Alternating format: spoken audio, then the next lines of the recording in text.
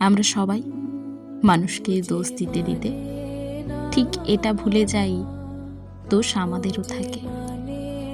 ঠিক একই ব্যবহার আমরা ঠিক কারো না কারো প্রতি করেই থাকি। শুধু অন্য মানুষটা আমাদের সঙ্গে করলেই সেটা বড্ড গায়ে লাগে। দোষ আমাদেরও থাকে। আমরা বুঝেও না বোঝার ভান করি কখনো কখনো, অথবা নিজের ভুলটাকে খুব ছোট্ট করে ভাবি। আদতে ততটা ছোট নয় হয়তো আমাদের ভুলগুলো। ভুল আমাদেরও থাকে। আমরা নিজের ভুলগুলোকে ধামা চাপা দিতে দিতে সেই ভুলগুলোকে ভুলে যাই এক সময়। শুধু ভুলতে পারি না অন্যের ভুলগুলো, অন্যের করা দোষগুলো।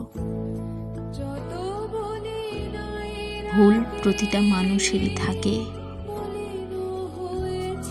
কারো কম কারো বেশি, তবে ভুল সবারই থাকে।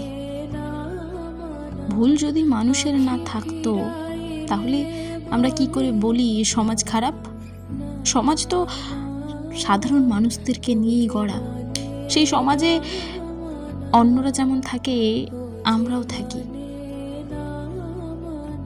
আমরা অন্যের ভুল দেখতে পাই, অন্যরা আমাদের।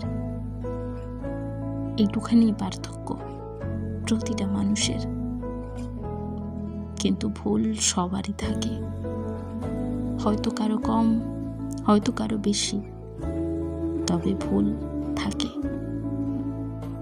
কেউ কেউ ঠকতে ঠকতে একসময় ঠকাতে শিখে যায়, আর কেউ ঠকাতে ঠকাতে একসময় নিজেই ঠকে যায়।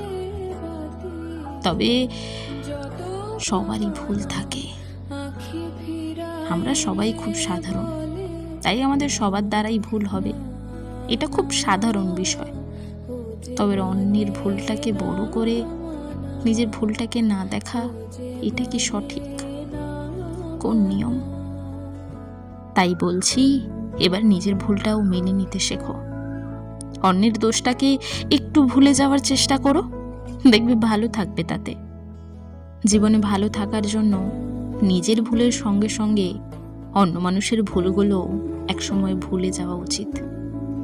তাহলে সম্পর্ক ভালো থাকে। আর সম্পর্কের সঙ্গে সঙ্গে আমাদের মন, আমাদের সম্পর্ক সবই ভালো থাকে।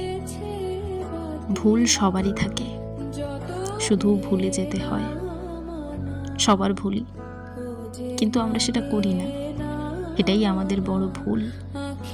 নিজেকে ভালো রাখতে কিছু ভুল ভুলে যাওয়া উচিত। দেখবে এমনভাবেই কোন দিন জীবনটা খুব সহজ হয়ে গেছে, জটিলতা আর নেই। নিজের প্রতি অভিযোগের সঙ্গে সঙ্গে অন্যের প্রতি অভিযোগটাও নেই। ভুল সবারই থাকে, সময়ের সঙ্গে সবই ভুলে যেতে হয়, তবেই ভালো থাকা যায়। জীবনে ভালো থাকার এটাও একটা ভালো মন্ত্র বলা যায়।